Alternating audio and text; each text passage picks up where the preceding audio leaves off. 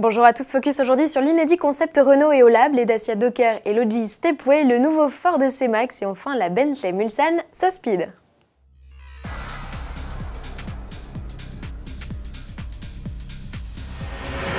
Surprise, l'espace dont on attend de pied ferme les premières photos ne sera pas la seule vedette du stand Renault au Mondial de l'Automobile de Paris. À ses côtés, Eolab, un concept qui explore les voies de l'ultra basse consommation. Revue de détail avec la spécialiste nouveauté d'Autoplus, Agnès Lasbarère. L'Eolab, c'est un concept. Renault est parti d'une feuille blanche pour proposer un véhicule qui va consommer très peu. Ils annoncent 1 litre au 100, ce qui fait rêver, mais c'est pas pour tout de suite. Renault est assez optimiste, il commence à évoquer l'année 2020 parce que je crois que le projet c'était cette échéance-là. Mais on peut imaginer ce genre de véhicule d'ici une dizaine d'années dans les rues. Ce concept-là, en fait, il a la particularité de pouvoir rouler en électrique, mais aussi avec une motorisation thermique puisque c'est un moteur hybride essence rechargeable. Ça aussi, c'est nouveau chez Renault. La particularité de ce véhicule, c'est qu'il est ultra léger. Il est conçu en magnésium et en aluminium. Le poids total du véhicule, c'est 955 kg. C'est vraiment très très léger pour un format de celui d'une Clio à peu près.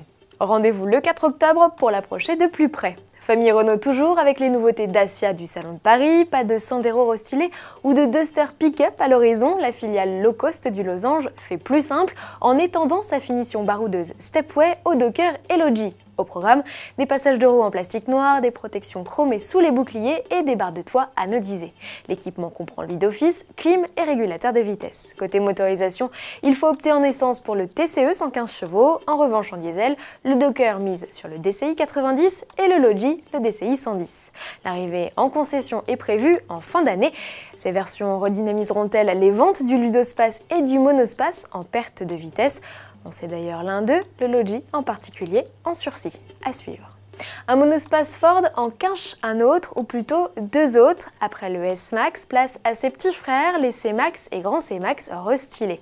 Sans surprise, les modèles 5 et 7 places reprennent les éléments de design inaugurés par les Fiesta et Focus, dont la fameuse calandre béante façon Aston Martin.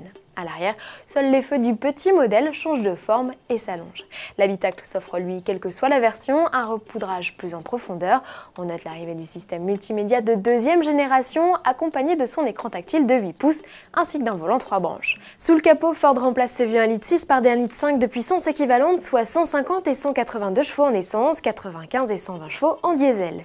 Les 1 litre EcoBoost et 2 litres TDCi sont maintenus au catalogue, seul ce dernier profite d'émissions de CO2 réduites de 20%. Le détail des tarifs devrait nous parvenir d'ici au 2 octobre, date du coup d'envoi de l'événement automobile.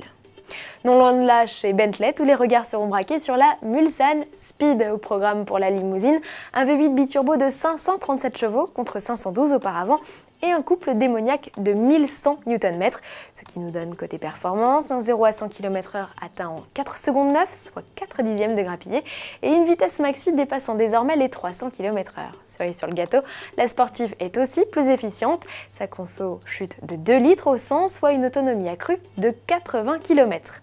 Ajoutez à cela une direction et une suspension sport active et quelques éléments de style spécifiques, et vous obtenez, selon Bentley, le summum du luxe et de la performance. Première livraison prévue cet hiver. À demain.